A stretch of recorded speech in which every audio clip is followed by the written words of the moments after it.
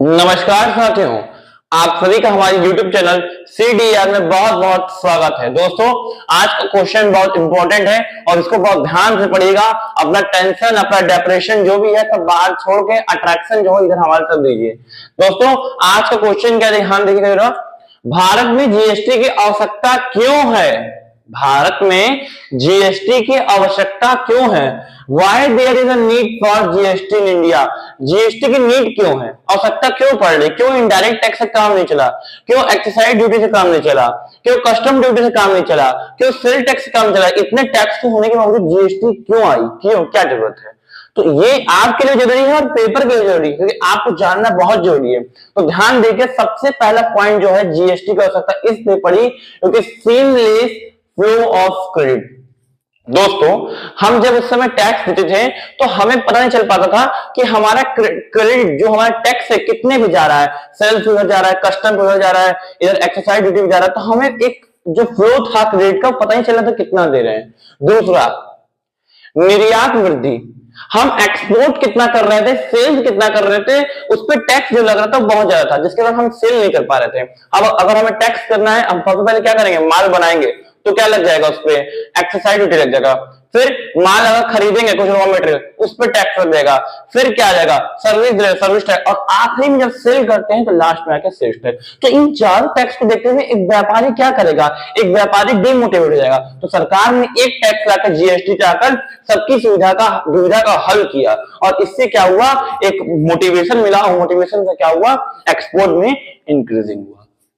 चलिए दोस्तों, अगला क्वेश्चन, अगला हेडिंग देखिए, कॉम्पिटिटिव प्राइस।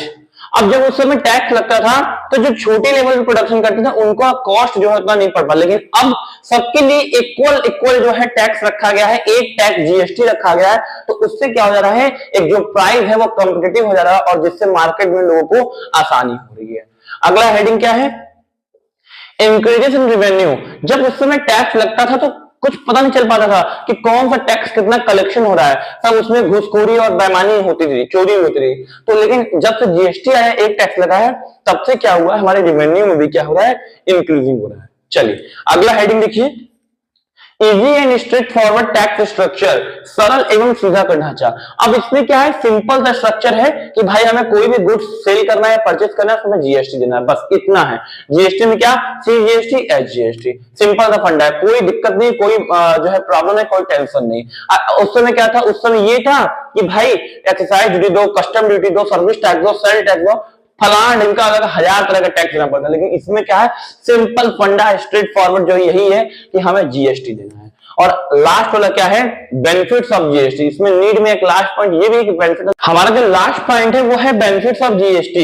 ये भी क्या है, एक इसका नीड है, एक इसकी आवश्यकता है। अब जीएसटी के लाभ क्या है, सबसे बड़ा लाभ ये, सरकार को ये नहीं पता चल पाता कि कौन सा बिजनेसमैन कितना हर साल टर्नओवर कर रहा है, कितना उसको इनकम हो रहा है, कितना वो टैक्स दे रहा है। तो सबसे बड़ा फायदा ये, तो सरकार ट्रैक कर पाती है हर एक व्यक्ति को, चाहे उसका बिजनेस छोटा हो चाहे उसका बिजनेस बड़ा हो।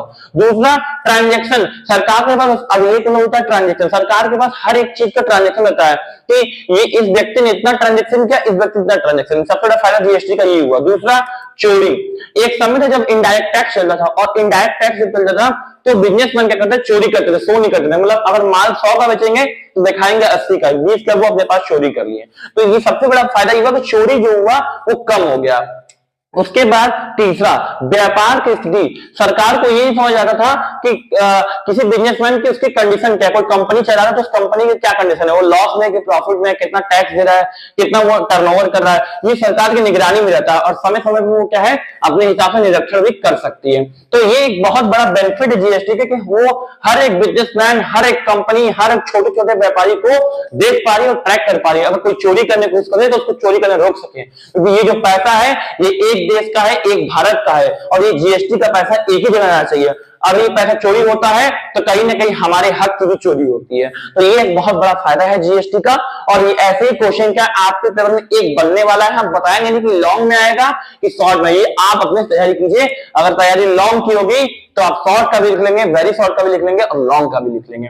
तो तैयारी बड़ी करनी चाहिए, चाहे वो किसी चीज की बड़ी तैयारी करते हैं तो छोटे मोटे जो बुचको होते हैं वो ऑटोमेटिक खत्म हो जाते हैं। तो ये वीडियो अगर अच्छा लग रहा है और ऐसा ही क्वेश्चन आपको पढ़ना हमारे लिए तो सब्सक्राइब कर दीजिएगा और लाइक कर दीजिएगा, तभी आपको वीडियो फिर हमको मिलेगा। चलिए आज के लिए इतना ही, नमस्कार।